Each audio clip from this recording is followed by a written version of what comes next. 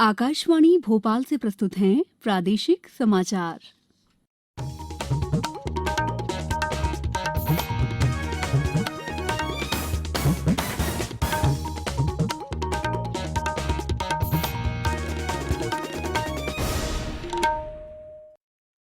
नमस्कार, समाचारों के साथ मैं दीपा सिंह।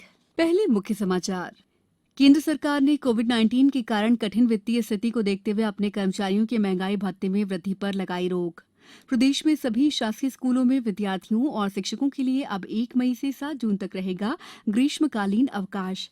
भोपाल में बिना मास्क और ग्लव्स के किराना सामान बेचने वाले दुकानदारों और स्टोर संचालकों के खिलाफ दर्ज होगी एफआईआर। और प्रदेश में एक दिन में 100 मरीज मिलने के बाद कोरोना संक्रमित लोगों की संख्या 1687 हुई।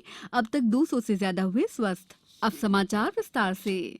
केंद्र सरकार ने कोविड-19 के कारण कठिन वित्तीय स्थिति को देखते हुए अपने कर्मचारियों के महंगाई भत्ते में वृद्धि पर रोक लगा दी है।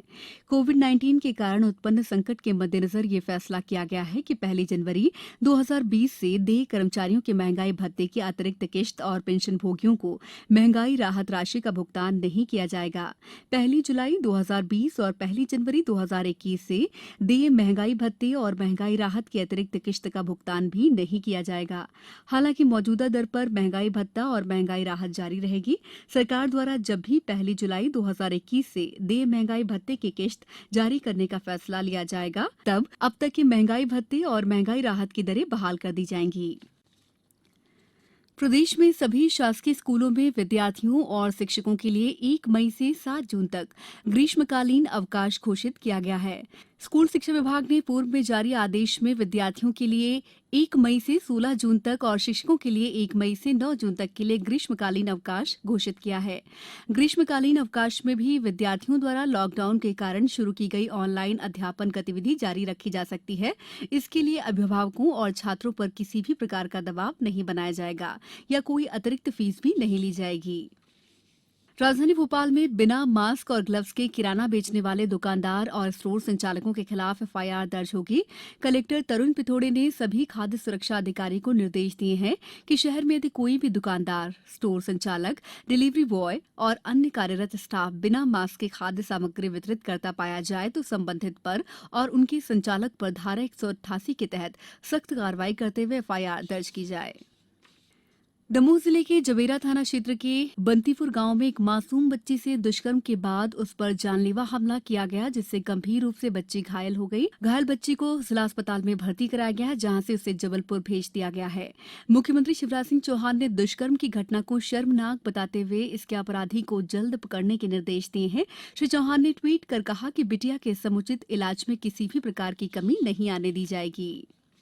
मानव संसाधन विकास मंत्री रमेश पोखरियाल निशंक ने आज नई दिल्ली में प्राथमिक और उच्च प्राथमिक स्तर के लिए वैकल्पिक शिक्षित कैलेंडर जारी किया। इसे एनसीईआरटी ने मानव संसाधन विकास मंत्रालय के निर्देशन में तैयार किया है। इसे कोविड-19 के कारण घर पर रहने वाले बच्चों को रचनात्मक कार्यों से जोड़ने के लिए तैयार किया गया है।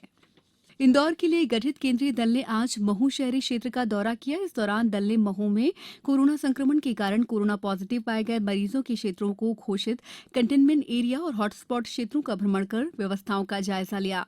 केंद्रीय दल के प्रमुख अतिरिक्त सचिव अभिलक्ष्य लिखी ने बताया है कि दल ने महू के तहसील कार्यालय पॉजिटिव और संदिग्ध मरीजों की जानकारी ली। सौदा पत्र करके जो एक सरकार ने बड़ी अच्छी व्यवस्था की है डायरेक्ट मार्केटिंग की, कि मंडी में क्योंकि सारी आवक आएगी तो वहाँ पे कंजेशन हो जाएगा, तो कोई भी किसान ट्रेडर के साथ एक ट्रांजैक्शन कर सकता है। अगर एमएसपी पे और उसकी क्वालिटी ठीक है तो वो सीधा मंडी के बाहर ही ट्रांजैक्शन हो जाएगा। इस व्यवस्था से किसानों को भी सुविधा होगी, ट्रेडर्स को भी होगी और मंडी में सोशल डिस्टेंसिंग के नॉर्म्स भी फॉलो किए जाएंगे।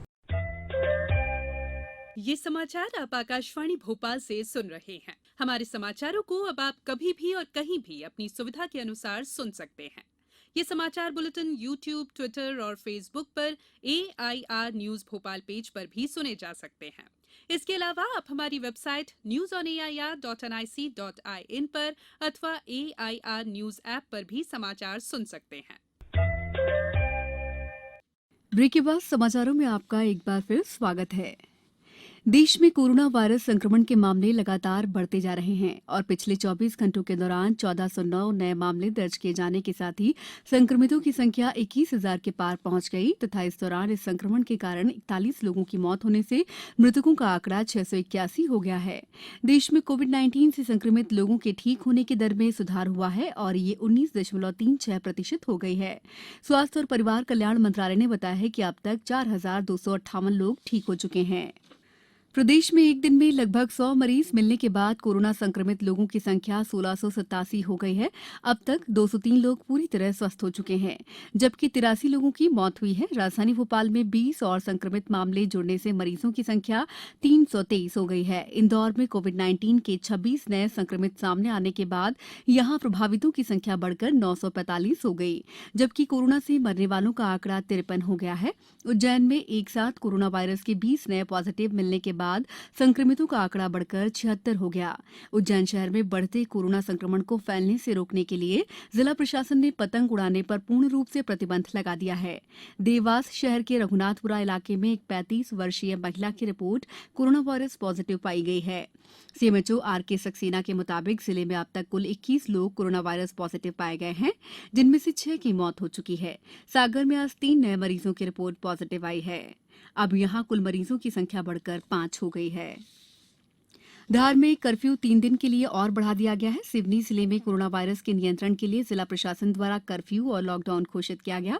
मंडला में रमजान पर्व के संबंध में जिला योजना भवन में बैठक हुई, जिसमें सर्वसम्मति से रमजान पर्व पर घरों में ही इबादत करने का निर्णय लिया गया। सीहोर जिले में बस स्टैंड स्थित दीनदयाल रसोई से प्रतिदिन मजदूर और कमजोर वर्ग के परिवारों को घर घर जाकर नियमित रूप से भोजन पहुंचाया जा रहा है। नीमच कलेक्ट्रेट स्थित विभिन्न विभागों के अधिकारी कर्मचारियों का आज स्वास्थ्य परीक्षण और थर्मल स्क्रीनिंग की गई। शिवपुरी जिले में कोरोना वायरस संक्रमण की रोकथाम में लगे कोरोना फाइटर्स का आज पोहरी चिकित्सालय में सम्मान किया गया।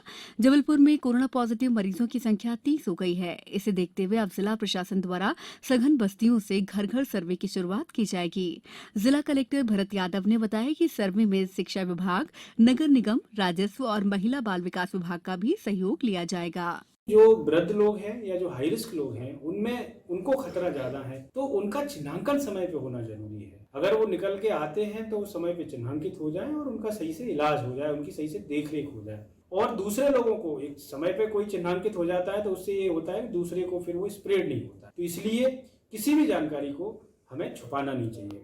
हमारे हाई रिस्क लोग जो 1300 लोग निकल के आए थे सराफा वाले कंटेनमेंट जोन में, उसमें भी हमने कल 68 लोगों का सैंपल भेजा है।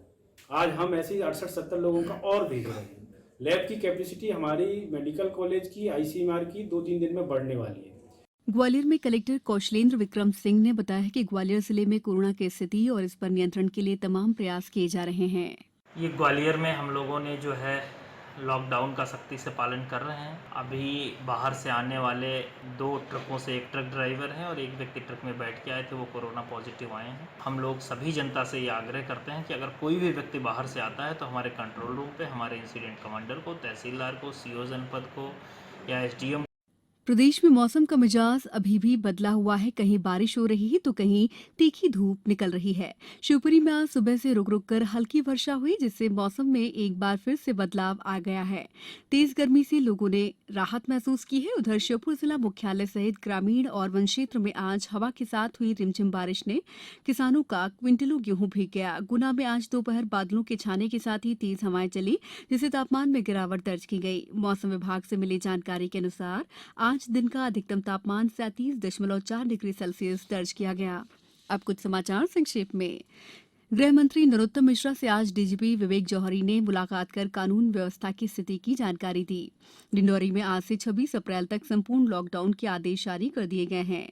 कृषि महाविद्यालय गंजबासौदा में लॉकडाउन के दौरान सभी छात्र अपने अपने घरों में रहकर विश्वविद्यालय के निर्देशानुसार घर पर ही ऑनलाइन प्रशिक्षण प्राप्त कर रहे हैं। उमरिया जिले के 22 मजदूरों को लेकर विदिशा आ रहा वाहन सागर के पास दुर्घटनाग्रस्त हो गया। ये सभी मजदूर चंदिया के थे। हालांकि केवल 2 लोगों को मामूली चोटें आई हैं। अंत में मुख्य समाचार एक बार फिर। केंद्र सरकार ने कोविड-19 के कारण कठिन वित्तीय स्थिति को देखते हुए अपने कर्मचारियों के महंगाई भत्ते में वृद्धि पर लगाई रोक। प्रदेश में सभी शासकीय स्कूलों में विद्यार्थियों और शिक्षकों के लिए अब 1 मई से 7 जून तक रहेगा ग्रीष्मकालीन अवकाश। भोपाल में बिना मास्क और ग्लव्स के किराना सामान बेचने वाले दुकानदारों और स्टोर संचालकों के खिलाफ दर्ज होगी एफआईआर। और प्रदेश में एक दिन में 100 मरीज मिलने के बाद कोरोना संक्रमित लोगों की संख्या 1687 हुई। अब तक 200 से ज्यादा हुए स्वस्थ। इस बुलेटिन में बस इतना ही। घर में रहिए, सुरक्षित रहिए और सुनते रहिए आकाशवाणी। नमस्कार।